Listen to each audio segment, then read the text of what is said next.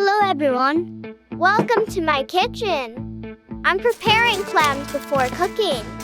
Soaking clams with ginger helps clean and eliminate fishy odors. After soaking the clams for a period of time, boil them.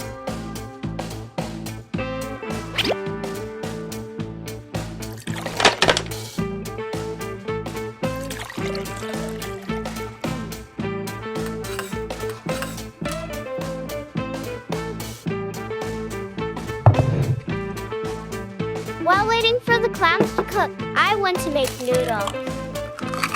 Egg, salt,